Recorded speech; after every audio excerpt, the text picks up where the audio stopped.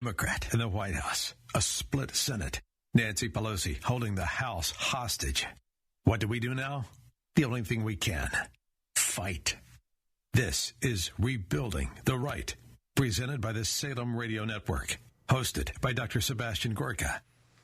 Welcome, friends, to a very, very special edition of Rebuilding the Right here on the Salem Radio Network with a man who, he admitted to me, he doesn't take umbrage at me referring to him as my rabbi. The great, the one and only, the founder of PragerU, my mentor, Dennis Prager. Welcome to Rebuilding the Right. You know, it's actually interesting that it would occur to anyone that I would take umbrage. I'm trying to figure out why I might. I'm trying to be culturally sensitive. Is No, that no, what I the know, left says yes. to us every day?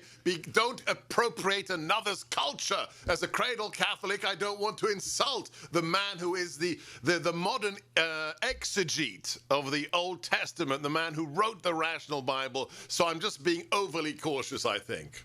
Right, that is correct. You're being entirely honest, and this whole thing, by the way, Sebastian, of appropriation of culture, I can't think of anything more beautiful. What is wrong with that? Why isn't it a beautiful thing that I take from your culture and you take from mine? It's everything the left does is dishonest, but some of it is not only dishonest, it's stupid. This is stupid. Why is it not a good thing? I mean, if I make a better pizza and I am from Mexico, why is that a bad thing? If you can make a better gefilte fish, by the way, do you know that Condé Nast they have a magazine, a big one about the food. And they actually, I don't know if you know this will blow your mind. So on the Jewish holiday of Purim, one of the traditional foods called Haman's ears, Hamantaschen, is a fruit-filled pastry, which is, except for the jam, is disgusting, actually. but it doesn't matter. So actually, this will blow your mind. Some non-Jew wrote years ago, I think I can improve on the Hamantaschen and make a really yummy one, and was condemned for it. By who? By who? By Condé Nast. Oh, my gosh. Well, you've made my assistant producer very happy. Eric Lindrum, who loves Italian food, is now reinvigorated in his love for another culture. Before we get to the heavy, heavy meat of Rebuilding the Right, I just have to ask you, how's that cigar lighter working that I gave you in California? Well, you are cheating. You know that. I am. Yes, because I told you right before we went on the He's air. giving it away. He's giving away the inside workings. I want everybody to know he has not been preoccupied with how this lighter that he bought me 2 years ago.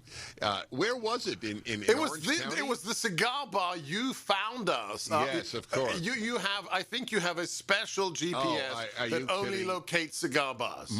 Every car I rent immediately goes to a cigar lounge. It doesn't matter what city. Even if they're closed, it goes there. Anyway, you bought me a lighter, which is very sweet. I love lighters almost as much as cigars. And to my amazement, that not terribly expensive, but not cheap lighter is one of my favorite. But do you remember the young black man who served us that? Do I remember? Roderick? He was a big fan. And I actually, if he's listening, he's still invited onto the show. All right. You heard it here first. We're waiting for you, Roderick. You remember Dennis and myself sitting there. Wait, how do you remember his name was Roderick? That's very impressive. Because it was so unusual. I haven't met many black young Americans called Roderick. Have you? Wait, have you met many young white Americans named Roderick? This is true. This is true. Neither. Exactly. All right, let's get down to work. I have to start with this because I've just written a big piece. It'll be out soon on the year of COVID. And you are the person I quote at the opening of the piece saying you are one of the brave few who very early on, after you did your homework, said that this is perhaps the biggest mistake of Western civilization, at least when it comes to world history. World history, when it comes to a policy decision. Right. Yeah. How much of this is an apolitical decision, or should conservatives be extra self-critical of the fact that we gave in to the quote-unquote experts and we gave in to the bureaucrats, Dennis? It's a very, very sad thing that there was no difference between Boris Johnson, Benjamin Netanyahu, Donald Trump. Although his instinct was against it, it was clear. But he was crucified more than normally at any thought of not having a lockdown. And liberal Sweden was the one exception. Who would have... Oh, yes, a conservative, again, Modi in India. The conservatives were as intimidated by the left-wing, or forget left-wing, the scientists who wanted lockdown as people on the left were. And this is a tragedy that the suffering of humanity because of an illness that almost only affected people of a certain age with comorbidity, and which could have been prevented in the vast majority of cases by dosages of vitamin D, hydroxychloroquine, zinc, and ivermectin. I believe, as the epidemiologist who was on my show said, 300,000 people would have been saved had they been taking this from the beginning. And the idea that those in California and elsewhere, so I caught COVID, my doctor put me on hydroxychloroquine and ivermectin, I had the mildest of mild flu symptoms, no headache, no nothing, back to work as soon as possible. The idea that there were governors, all the way from governors to pharmacists, Dennis, who refused to allow the use of this incredibly safe, proven drug, that is beyond the pale. It's hard to have ever thought that possible in a free nation. Well, I've written, one of my columns this past year has been on the corruption of the medical profession, because everything the left touches, it corrupts, and the medical profession is one of them. So doctors are hesitant to prescribe hydroxychloroquine, which is one of the safest drugs known to humanity, taken by hundreds of millions of people for the last half century. But the American various medical associations are okay with girls at 16 getting mastectomies if they say they're boys. Yeah. We spent a whole segment on the show already on Asa Hutchinson's decision to veto that legislation. I'm sorry to interrupt. I really am sorry to interrupt you. I just have to tell you, I watched that interview with Tucker Carlson. Either the man, and you know I never engage in this, either he's a dummy, which is possible, and that's in his defense, or he is completely disingenuous. He said that the reason he vetoed the bill was that he doesn't want the government to get between a patient and a doctor. Yeah. But he began by saying if it was only about banning chemical castration, he would have not vetoed it. Well, wait a minute. Then you are for getting between a patient, the government getting between a patient and a doctor. He said the exact opposite in the first 2 minutes of what he opened up by saying. He is for the government getting between patients and doctors. Wait a minute. And as Tucker Carlson said, wait a minute. So in Arkansas, you can chemically castrate a teenager who says that he or she is of the other sex, but they cannot get a tattoo. Is that correct? They cannot get a cigarette. I just asked the great rabbi, why does it have to be either or? Why can't he be disingenuous and a fool as well? We are talking to the creator of Prager University, prageru.com, supported today. It's one of the handful of institutions fighting the insanity, the modern fascism that is political correctness, biblical exegete par excellence, conductor. What else can I say? Check out the Rational Bible. Follow him at Dennis Prager on Twitter. We are rebuilding the right with me, Sebastian Gorka, former strategist to President Trump, host of America First, here on the Salem Radio Network. Wherever you are, whatever you're doing, don't you dare touch that dial. Despair is un-American. It's time to rebuild the right. Here is your host, Dr. Sebastian Gorka. There's a phrase in the business, save it for the radio. And Dennis gave me my marching orders that I'm going to save it for the radio. We're going to talk about rebuilding the right, but first thing first, cigar cuts. 3 methods. There's only one right one as far as I'm concerned. Dennis Prager, how do you cut your cigars? So let me just explain for the 99.9% of our listeners and viewers who have never smoked a cigar. There are 3 ways of cutting open a cigar at the top of the cigar because it's sealed with the wrapper. One is a complete cut called guillotine. The whole top is removed. Very obviously a very fine sliver. Another one is a hole is made and they have special punch. Punch. That's it. A puncher. And the third is a V cut where it's hard to describe, but it's you place the cigar in a hole, and then you move this cutter across, and it makes a deep V cut into the cigar. I have been smoking for as long as Sebastian Gorka is living, and I will, in this instance only, invoke seniority and tell him he's wrong. A V cut is tastier. And I'll tell you even why. I experimented with it just yesterday again. I did a guillotine on the same exact cigar.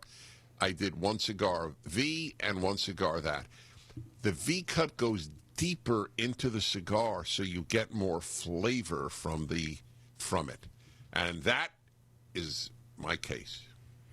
I will only respond thusly that we at least can agree that the bullet is useless. The punch. I know what you... look. There's not enough of a draw, Dennis. It's a fact. I've read it in Deuteronomy. It's in there somewhere. It's not enough of a draw on the punch cut. I like a punch, too, but I like the V the most. Right. Well, look. As they say in the UK, horses for courses. Let's continue with our discussion of matters political and what it means to rebuild the right after the last election. There is, every single day, we cannot but discuss the self-imposed crisis. I think Jim Jordan called it the chaos that is occurring at the southern border with over 110 illegal aliens apprehended in just the last month, more than 500, quote-unquote, unaccompanied minors every single day. Dennis, let me ask you, is this potentially the Sputnik moment, the wake-up call for Americans who don't see themselves as political and who may have thought, well, that nice old duffer Biden, he'll be fine as president. Could these appalling images help us reestablish order? And yes, they could if Americans see it, but they're not going to see it in the New York Times or on CNN. So the question is, will they see these images and will they read the truth? You will appreciate this coming from a communist country originally. And I know communist countries very well, as you know. That was my field of study, and I spent a lot of time there. I was shocked in the last few years. I really was. I never thought that the media in a free country could brainwash as effectively as the media in a totalitarian state. I turned out to be wrong. So what can I tell you? Your question would be completely legitimate if people were aware of what is happening at the border as opposed to what they are told, or even more effectively, not told. Look, the Biden administration does not allow photographs to be taken. But we see Democrat congressmen leaking footage from the detention facilities. Isn't that indicative of some lack of peace and harmony on the left? That's right. But the intimidating ability of the left, including on the Democratic, or especially on the Democratic Party, should never be forgotten. Everything from Coca-Cola to Delta, all of this is about protection money. It's a racket. Yeah. The left runs a racket. You do what we want, we will allow you to continue doing business. You don't do what we want, we will shut you down. That is exactly how the mafia ran things in New York. And isn't it, as somebody who traveled the Soviet Union, the Eastern Bloc, isn't there even a qualitative degradation that what we witness here with the legacy media? It's worse than Pravda, Izvestia, TASS, because these are private enterprise entities that are doing the propaganda bidding without any pressure of incarceration or anything else, Dennis. It's a very fine point. I say frequently, and I studied Russian solely to be able to read Pravda every day, and I did.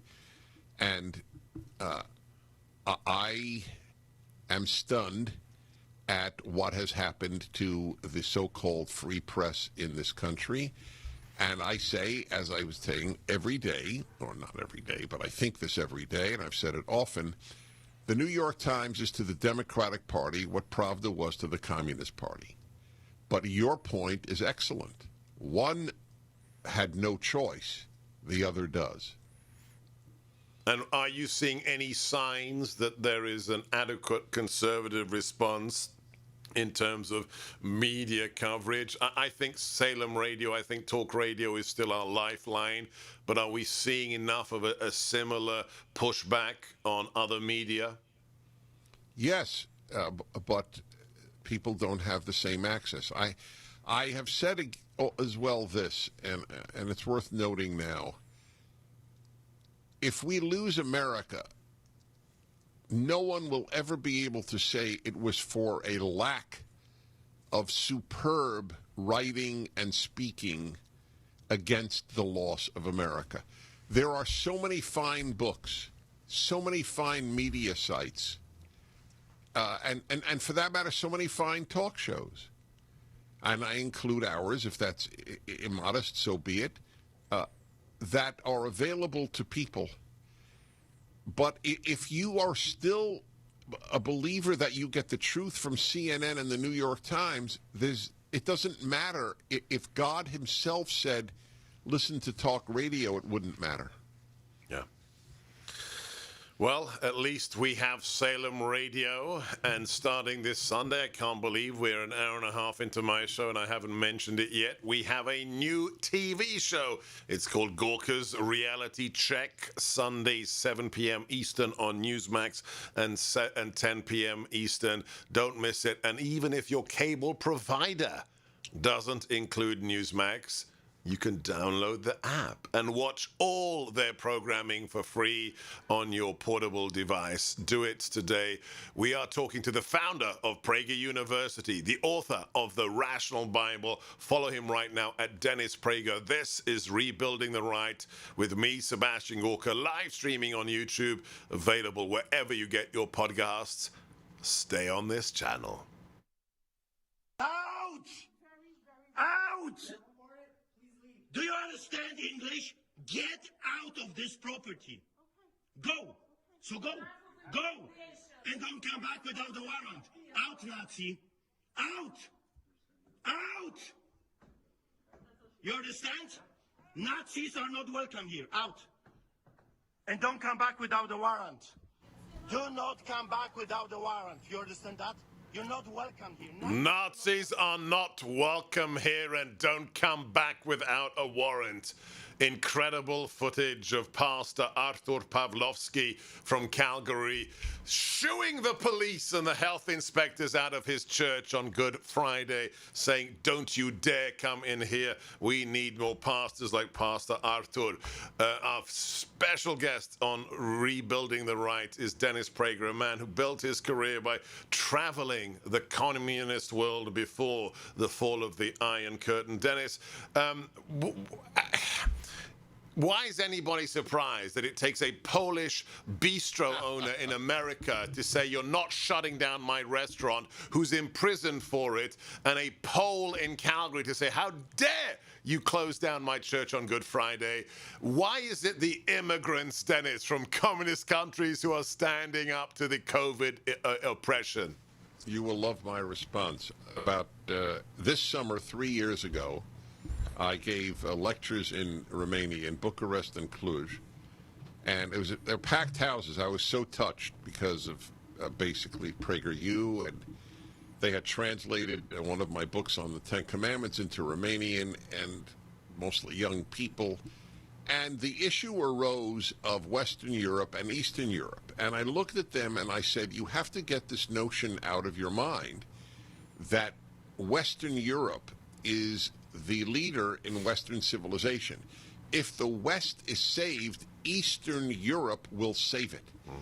And I read faces after 50 years of lecturing. You read faces, and it was both surprise and extraordinary delight that a Westerner had come and said, you will save the West. By the way, I'll go further. I believe Africa will save Christianity. Yes. So this is not surprising to me that these are Polish immigrants who are used to, he should have said, instead of Nazis, he should have said communists. Because that's what he experienced was obviously communism. I don't think he was old enough to have lived through World War II. So, yes, I think that makes perfect sense. Eastern Europeans may well save the West, because the West has no interest in saving itself. Oxford University, you mentioned that I was a conductor. So I have, of course, tremendous interest in classical music, and I'm involved in it. Oxford University just announced, the music department, that musical annotation, in other words, writing notes on a staff, is colonialist, and that classical music is white supremacist. This is the music department of Oxford. There is a desire to destroy the West in Western Europe, the United States, Canada, Australia, New Zealand.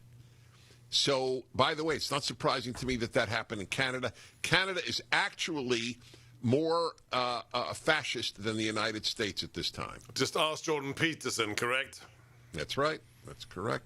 Yeah. As one Catholic priest, and I don't think it was he who came up with this, but explained it to me once we had traveled extensively, and I'd lived in post-communist Central Europe for more than a decade.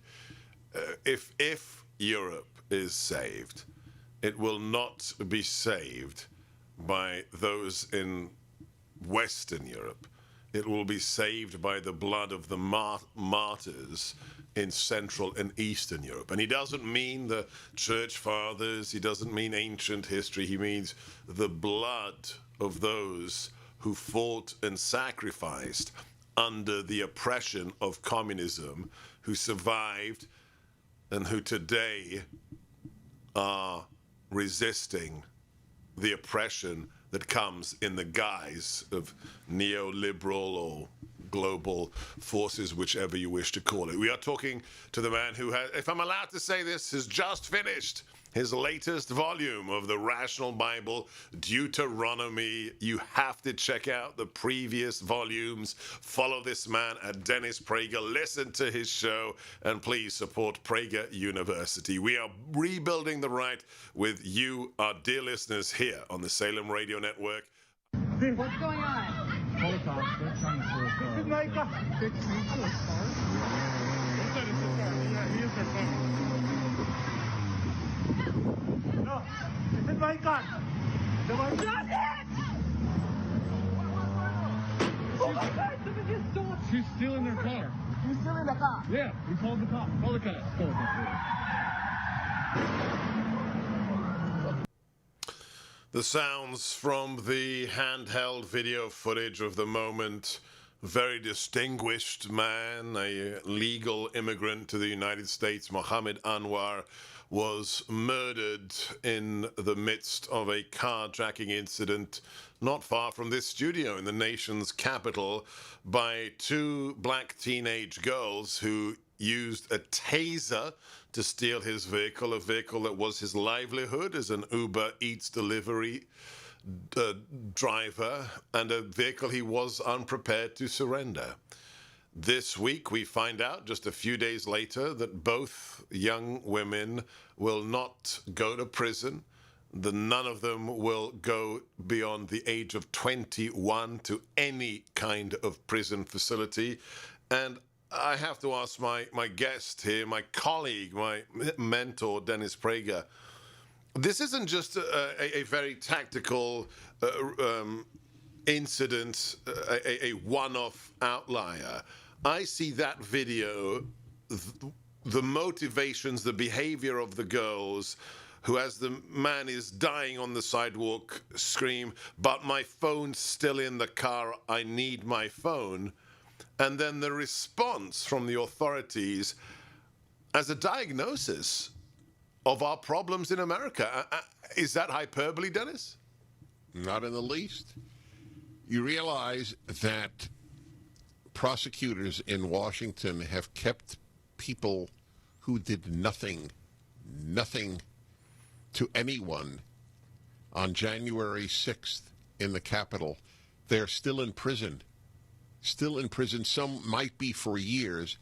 These girls murdered a man, and they will not spend a day in prison. And the reason is they are black, and the January 6th people were white. That is the only reason. The contempt for blacks, see, there's a hatred of whites, but it is better to be hated than to be held in contempt. Liberals hold blacks in contempt. They don't hold whites in contempt. They hate whites for being so successful. That's not the same as contempt. It's the opposite. The notion is blacks do not rise to the level of being worthy of being held to the same standards. Not in math, not in science, not in moral behavior, in nothing. We will, instead of elevating all people to high standards, we will lower standards to black people.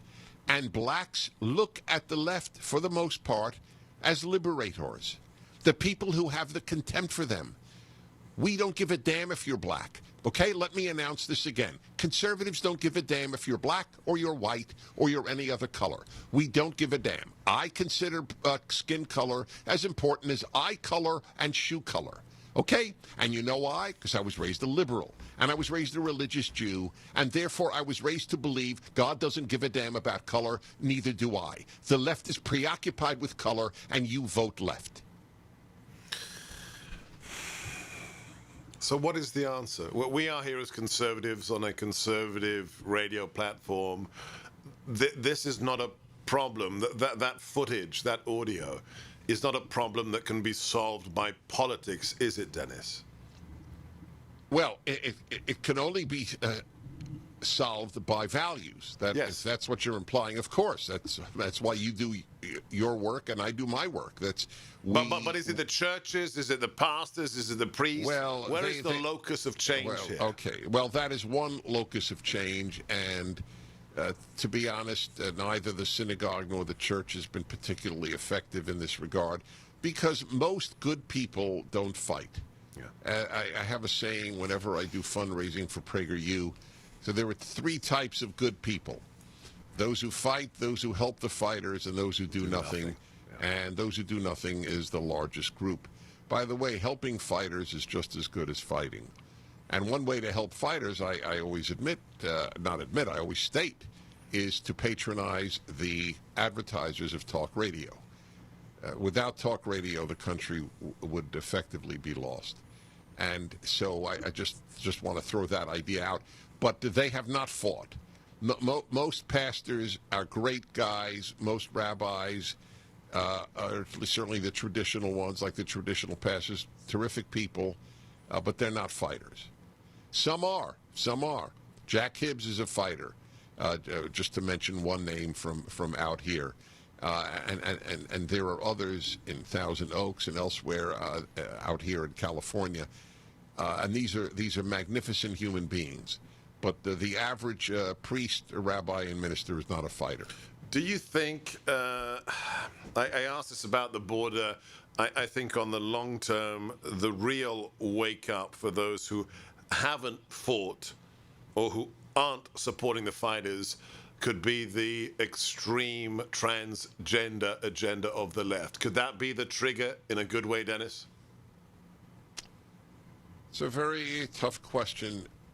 Again, it's never properly, or meaning honestly, presented to the American people. Yeah. Only when it comes home, when all of a sudden you realize your daughter is losing in a track, in running races, she is losing to biological males, and all her life's extracurricular work in making herself into a wonderful athlete is for naught, because biological males have competed against her, like in Connecticut, where every record, in high school record but one, is owned by all female records are held by biological males. Yeah. And liberals and feminists, notice feminists have not done a thing for women on this. I've said this my whole life. Feminism uses women like the Bolsheviks used workers, and the left uses blacks. All groups are used. They are used, and they are utterly disposable for the political end states of the individuals who exploit them. We're talking to my good friend, mentor, co-host, Dennis Prager of the Dennis Prager Show, Prager University, and the Rational Bible. Follow him at Dennis Prager. This is Rebuilding the Right, coming to you, for my part, from the ReliefFactor.com studio. They might have the White House, but we have the radio waves. This is Rebuilding the Right on the Salem Radio Network. And we have the radio waves. You heard Dennis, because of people like Mike Lindell, that great American patriot, that truth teller. Please support him. 24 corporations are boycotting his MyPillow products. Go straight to the website. Send a message to the fascistic cancel culture left. Order today. Use my name for up to 66% off. That's mypillow.com. Promo code Gorka. Call 800-829-8468. That's 800-829-8468. MyPillow.com. We've just got 2 minutes left with you, Dennis. I'm not trying to be facetious. I really want this message to go out and far and wide to our millions of listeners. I know you're a man who's sold 170,000 copies of your biblical exegesis. Why is the Bible so important, Dennis? The Bible is important because it is the foundation of the Western world. There would be no West without it. So every human right that emanated from the West, women's rights, the rights of all of minorities, none of this would have been possible without the Bible. But the other reason is this: you cannot be a good person without wisdom. Good intentions are worthless, completely worthless. The vast majority of evil has been done by people with good intentions. So without wisdom, there is no chance of being good or making a good society, and there is no book that has the wisdom of the Bible. There's nothing that comes close. Shakespeare comes close, and that's about it. But it's much easier to decipher the wisdom of the Bible than that of King Lear, for example, which is magnificent, obviously. So that's why I've devoted my life and now to writing the Rational Bible. And if people read the reviews on Amazon, there are thousands of reviews. You will read about people who thought God and the Bible were nonsense, but out of respect for me, because they know me from the radio, from other issues, they decided to read it, or someone advocated it, and it turned them around. because I only use reason to make the case. So I really do hope people will read the Rational Bible. It's the project of my life, and it should be the project of everyone's life. Wisdom is the most important thing in the world.